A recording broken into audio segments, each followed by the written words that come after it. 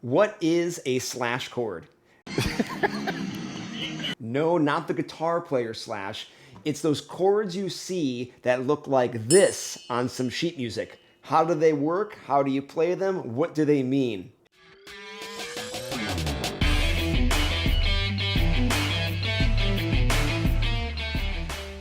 Hey everyone, Bryan here from the Guitar Factory. Today I'm going to break down what a slash chord is in simple terms, how to play it, and I'll give you a few examples of the most popular ones you'll run into.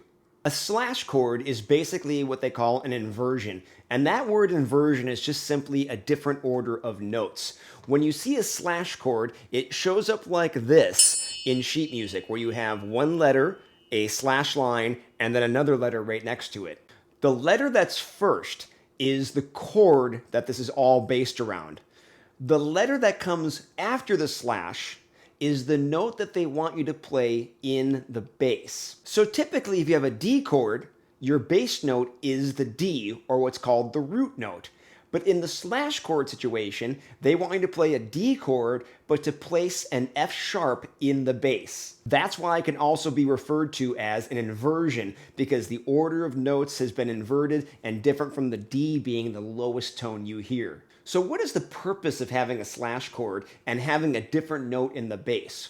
What you'll commonly find is when a slash chord is put between two other chords in a song, that bass note will create a nice walking movement. So let me give you a quick example. If I was to play a G chord to a D and then an E minor, they sound great together. However, the bass is kind of moving around. The lowest note you hear is moving.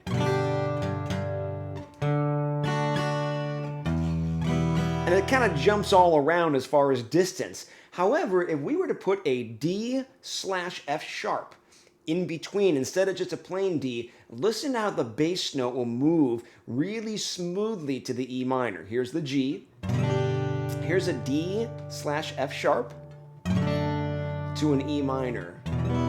What you heard there was the lowest tone doing a nice bass walk. It went within the chord. Much more smoother of a transition. It could also be used going the other direction. Maybe we want to climb higher to a tone, and a slash chord would be great in the middle. So I'm going to play an A minor to a G to a C. Same thing. You can hear the bass note. Sounds great, but it's just kind of moving in many different directions. But if I was to put a G slash B in the middle of the A minor and the C, listen how much smoother they transition. A minor, G over B, C. You could hear that bass climbing beautifully in between. Now that we understand what slash chords are and why they're used, let's talk about how to fret some of them. I want to give you some of the common ones that you're going to run into in a lot of songs that could be out there. Now you can also find these always on your own, and one way that's going to really help you is knowing, of course, the names of your notes on your fretboards. That's something that all beginners should take the time to really start to master, is what the names of all these are, as opposed to just calling it fret 1, 2, or 3. Knowing it's an F and an F sharp and a G are definitely going to be, it'll be a helpful tool to be able to find slash chords very quickly. Hey, if you guys are liking my videos, please go ahead and subscribe. Also turn on the alerts so you can get some notifications when a new video comes out, and click like if you like this video. Okay, so breaking down how to play a slash chord and find them. Once again, the first letter of the slash chord is the chord that you're building all this upon. So if we had a D slash F sharp, D is the main chord we want. But we want to get an F sharp in the bass. So how we do that is we do find an F sharp on our bass note, on our low tone, and that's E, F. F sharp is located on the 2nd fret of the low E string. So I got my D like this. So now that I got my D, a lot of my fingers are taken up. How can I reach that F sharp? So what I'm going to do is I'm going to refret this D to where I only have the 2nd fret and the 3rd fret. That's the beginning 2 notes, the D. I'm going to get rid of the high E note. That note that was there anyway was an F sharp, so I really don't need that one on the end again. It's kind of redundant because I'm going to put it in the bass. So I have 2 and 3. down that was from the D chord, and now I have my pointer finger that allows me to reach that F sharp right there. And that gives me the D slash F sharp. Sometimes it can be referred to as D over F sharp, but that chord right there is that one that you heard me use in the demonstration earlier. So once again, you're just finding the chord that's first and then locating the note that's after the slash to put in the bass. Let's try another one that's really popular. The D over F sharp definitely comes up in a lot of songs. Another one that comes up is the C slash G. So that would be just like this. We know it's based on our C chord, okay? We want to get a G in the bass. So the G note that's closest on that low E string is the 3rd fret. So once again, I'm sitting here with like my pinky only left. So what I'm going to do is replace this 3rd fret A string with my pinky, allowing my 3rd finger to open up to cover that bass. And now I have a C slash G. Another common one that shows up a lot of songs. Another one you'll see a lot is a pretty interesting one. It's G slash B. So we know it's based upon the G chord, and they want a B in the bass. Here's where it's a little interesting. Well, the lowest note we have is a G right now. That's our root note of the chord, but they want a B in the bass.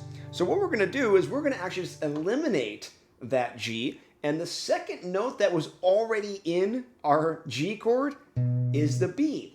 So I want that to be the lowest tone because remember, there might be a walking bass movement in there. That's why the purpose is put together to have that slash chord. And now my G chord is going to feel pretty much the same, just minus that middle finger, and my pick will strum from the A string down. And that is your G slash B. All right, another common one that will show up is the F slash C. Once again, my F chord is like this that we typically use, and I want to get a C in the bass. So my nearest C is on the A string, 3rd fret, and once again, I have only my pinky left, so I'm going to just replace my pinky to that 3rd fret of the D string, exposing my 3rd finger to allow me to reach that C, and now I have a F slash C, an F chord with a C in the bass. This one does come up also. It's a little trickier to fret. This is the A slash C sharp. So that would look like this. We normally have our A, and we got to get a C sharp in the bass. That's way up here on the 4th fret of the A string.